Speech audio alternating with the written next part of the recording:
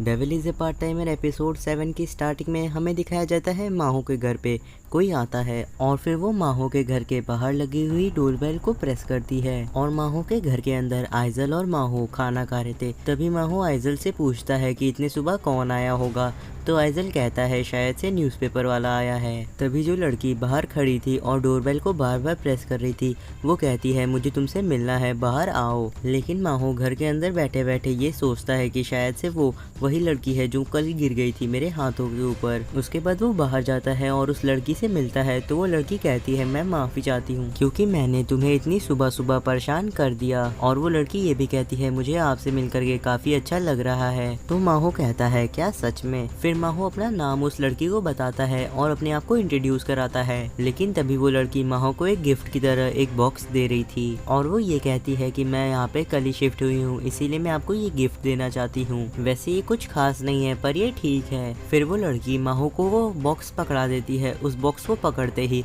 माहो की हालत टाइट हो जाती है। तभी आइजल आता है और कहता है आप ठीक तो है ना मास्टर। फिर वो अपने आप को उस लड़की से इंट्रोड्यूस कराता है। तभी वो लड़की कहती है मुझे लैंडलॉर्ड ने कहा था कि अगर कोई दिक्कत होगी तो मैं आप लोगों से मदद ले सकती हूँ। और वो ये भी कहती है अगर आप लोगों को मुझ पे यकीन नहीं हो रहा है तो उन्होंने ये लेटर दिया था। इस लेटर को हल्का सा देखते ही माहो और आइजल समझ जाते हैं कि इसके अंदर लैंडलॉर्ड की वही फोटो है। फिर आइजल तुरंत ही उस लेटर को अंदर डाल देता है वापस से उस एनवलप के अंदर और कहता है कि हमें पता है कि इसके अंदर क्या है, कोई जरूरत नहीं है इसकी। फिर वो लड़की कहती है ठीक है तो आप लोग मान गए हैं मेरी मदद करने के लिए। देन वो कमरे के अंदर देखती है तो वहाँ पे लूसीफर भी बैठा हुआ था। फिर वो लड़की कहती है कि यहाँ पे तो सिर्फ 2 ही लोग रहते थे। तो फिर माहो कहता है तुमने सही कहा पर हम लोग के यहाँ पे एक और लोग बढ़ गया है। फिर वो लड़की उन दोनों को शुक्रिया कहती है और उसके बाद कहती है आज से मैं आप लोगों की देखभाल में रहूंगी। और माहो और आइजल काफी खुश नहीं लग रहे थे इस चीज से। अगले सीन में हमें एमिलिया के घर को दिखाया जाता है जहाँ पे एक कुरियर आया हुआ था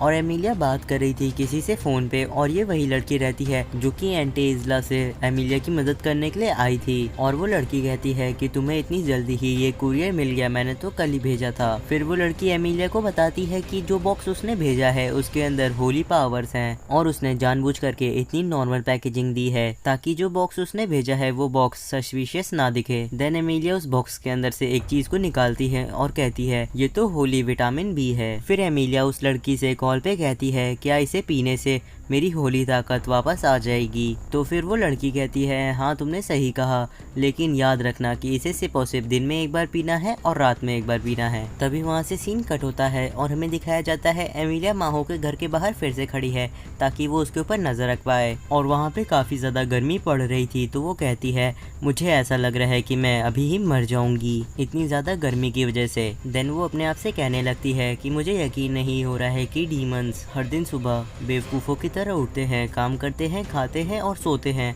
और इसके अलावा सिर्फ और सिर्फ बकवास की बातें करते हैं। और मैं भी इतनी ज्यादा बेवकूफ हूँ कि ऐसे बेवकूफ लोगों के ऊपर नजर रख रही हूँ और उनकी आसान सी जिंदगी के अंदर दखल दे रही हूँ। लेकिन तभी एमिलिया को माहो के घर से एक आवाज आती है, वो भी एक लड़की की। और वो जब देखती है तो वहाँ पर वो लड़की जो भी नई नई आई है वो लूसीफर को कपड़े डालना सिखा रही थी क्योंकि लूसीफर को कपड़े सुखाना बिल्कुल नहीं आ रहा था। उस लड़की को देख करके एमिलिया काफी ज्यादा चौंक जाती है और कहती है एक और नई डीमन, ये नहीं हो सकता। और फिर अगले सीन में हमें दिखाया जाता है वो लड़की लूसीफर को खाना बनाना भी सिखा रही थी और एमिलिया भी वहाँ पे पहुँच चुकी थी और अपने शीशे की मदद से वो खिड़की के अंदर देखती है तो वहाँ पर भी उसे वही दिखाई देता है कि वो लोग खाना पका रहे हैं। और वहीं पे आइजल बीमार होकर के लेटा हुआ था। फिर वो उस लड़की से कहता है लूसीफर को खाना बनाना सिखा देना कामाजुकी प्लीज। तभी कामाजुकी लूसीफर को बताती है कि शायद से यहाँ पे जिंजर खत्म हो चुका है तो मैं अपने अपार्टमेंट से जाकर के लेती आती हूँ। और ये सुनते ही एमिलिया तेजी से भागने लगती है और उस दरवाजे के पास जाकर के गिरने लग जाती है और काफी ज्यादा जोर से चिल्लाती है, इसीलिए कामाजुकी भी उसे देखने के लिए आती है।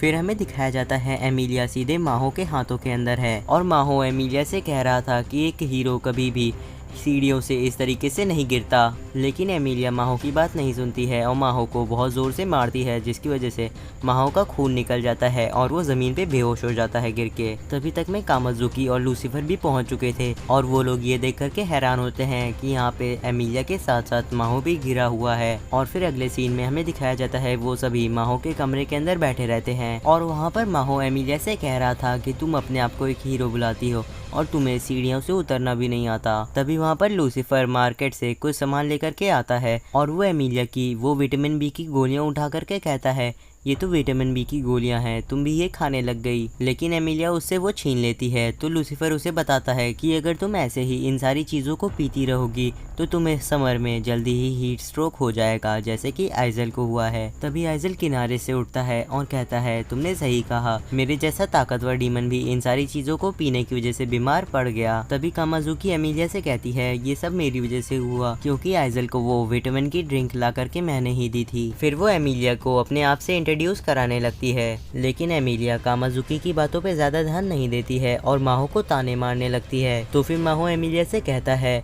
तुमने ये नहीं सोचा होगा कि मैं कितनी जल्दी ही कितना अमीर होने वाला हूँ। फिर वो ऊपर की तरफ हाथ कर लेता है और ऊपर की ओर देखने लगता है और तभी आइजल एमिलिया को पीछे से आवाज देता है और कहता है, जरा सोच समझ के बोलो, क्योंकि तुम इस घर के मालिक से बात कर रही हो। तभी कामाजुकी एमिलिया से बीच में बोलने लगती है, मुझे लगता है कि आप और माहो काफी ज्यादा करीब हैं। ये सुनकर के एमिलिया काफी ज्यादा अजीब सा चेहरा बना लेती है और थोड़ी गुस्सा हो जाती है। तभी कामाजुकी फिर से बोलती है, आप दोनों काफी ज्यादा एक जैसे से लगते हैं, इसीलिए मैंने ऐसा बोला। और लूसीफर भी कामाजुकी की बातों का सपोर्ट करने लगता है। तो एमिलिया लूसीफर से कहती है, अपना मुंह हमारे मामले से बाहर रखो। फिर वो कामाजुकी से कहने लगती है कि हम दोनों सिर्फ दोस्त हैं, या फिर तुम कह सकती हो कि मैं उसे एक दिन मार दूंगी। तभी एमिलिया कामाजुकी के कान के पास आती है और धीरे से कुछ बोलती है और एमिलिया के बात सुनने के बाद कामाजुकी एमिलिया को घर के बाहर ले आती है और कहती है, आखिर तुम क्या करने वाली थी अगर वो लोग हमारी बातों को सुन लेते तो। लेकिन फिर भी मुझे तुम्हारी बात सही लगी। और दूसरी तरफ एमिलिया कामाजुकी को देखते हुए सोच रही थी, पहली बार जब मैंने इसे देखा था तो मुझे लगा कि ये कोई असैसिन होगी या फिर कोई डीमन होगी दूसरी दुनिया से। लेकिन तभी एमिलिया कामाजुकी से कहती है कि माहो और बाकी सबके साथ तुम ज्यादा करीब मत होना, क्योंकि वो लोग ऐसे लोग नहीं हैं जिनके साथ कोई आम इंसान रह सकता है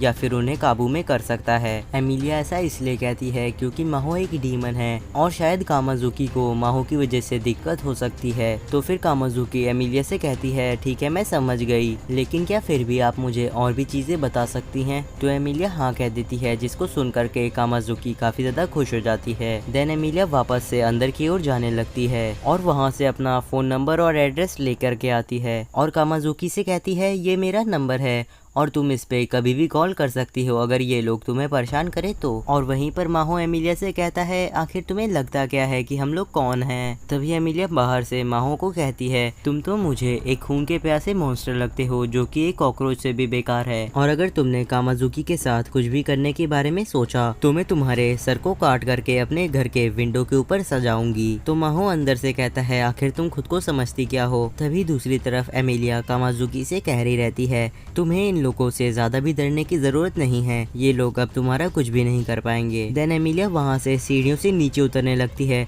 पर वो फिर से गिर जाती है, लेकिन वो अपने एक हाथ से रेलिंग को पकड़ करके बच जाती है। फिर कामाजुकी जब अंदर आती है तो लूसीफर उससे पूछता है, एमिलिया वापस से गिर गई ना? तो कामाजुकी बताती है, नहीं वो बच गई। और फिर अगले सीन में हमें दिखाया जाता है माहो अपने काम पे जा रहा था, लेकिन तभी वहाँ पर कामाजुकी आती है और उसे एक लंच बॉक्स देती है, फिर कहती है, अब तुम जा सकते हो। फिर अगले सीन में हमें दिखाया जाता है माहो अपने काम पे था और वहाँ पर उसकी बॉस उससे कहती है, आज मुझे कहीं काम से जाना होगा, इसीलिए मैं सारी की सारी जिम्मेदारियां तुम्हारे ऊपर छोड़ रही हूँ। आज मेरी जगह सारे के सारे डिसीजन तुम ही लोगे और ये एक सही मौका है अपने आप को साबित करने का। अगले सीन में हमें दिखाया जाता है माहो का लंच ब्रेक हो गया था और वो चीहो के साथ बैठ करके खाना खा रहा था, लेकिन तभी चीहो माहो से पूछती है कि ये लंच बॉक्स तुम्हें किसने दिया? तो माहो चीहो को बताता है कि हमारे रूम के सामने एक लड़की अभी अभी रहने आई है, उसी ने मुझे ये लंच बॉक्स दिया है। और जैसे ही चीहो एक लड़की का नाम सुनती है वो काफी तेजी से ऊपर की ओर उठती है और माहो का कॉलर पकड़ के कहती है, क्या तुमने ये लंच बॉक्स उससे मांगा था? और चीहो को काफी ज्यादा गुस्सा आ गया था,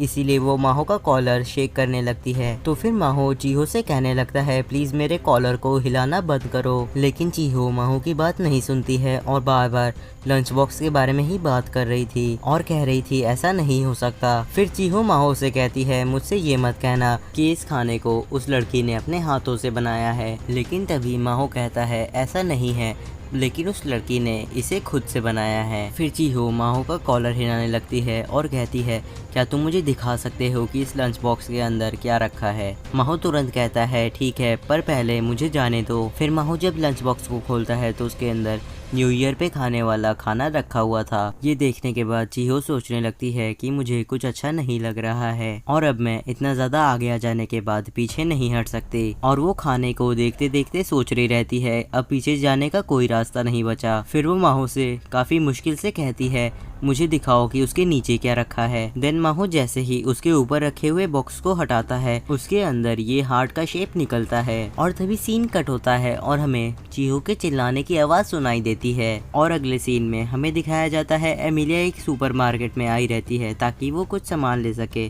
फिर वो सामान लेकर के बाहर जाने लगती है, तभी वहाँ पर कोई हमला कर देता है। लेकिन एमिलिया समय रहते ही पहचान लेती है कि उसके पास कुछ डीमंस जैसी ताकतें हैं और वो अपनी होली स्वॉर्ड को निकाल लेती है। फिर वो उस इंसान के ऊपर हमला कर देती है जो कि उसके ऊपर हमला करने आया था। और फिर वो जैसे ही बाहर निकलती है ये देखने के लिए कि उसके ऊपर किसने हमला किया था, तभी वो फिर से उसके ऊपर एक बीम से हमला करता है। और फिर हमें दिखाया जाता है उस इंसान के पास एक बहुत ही बड़ा सा वेपन था और एमिलिया लड़ने के लिए बिल्कुल तैयार थी और उससे कहती है, तुम यहाँ पर लोगों को परेशान कर रहे हो, इसीलिए मैं तुम्हें नहीं छोड़ूंगी। फिर वो उसके ऊपर हमला कर देती है, लेकिन वो इंसान जो एमिलिया को मारने के लिए आया था वो अपनी ब्लू बीम का इस्तेमाल करता है और एमिलिया को डोमिनेट करने लगता है। और अगले ही सीन में वो एमिलिया के सर पे अपने वेपन को रखा हुआ था। तभी वहाँ पर वो जो लड़का कैश काउंटर पे खड़ा था वो आता है और उस बदमाश के ऊपर एक टमाटर फेंक करके मारता है, जिसकी वजह से वो इंसान भाग जाता है क्योंकि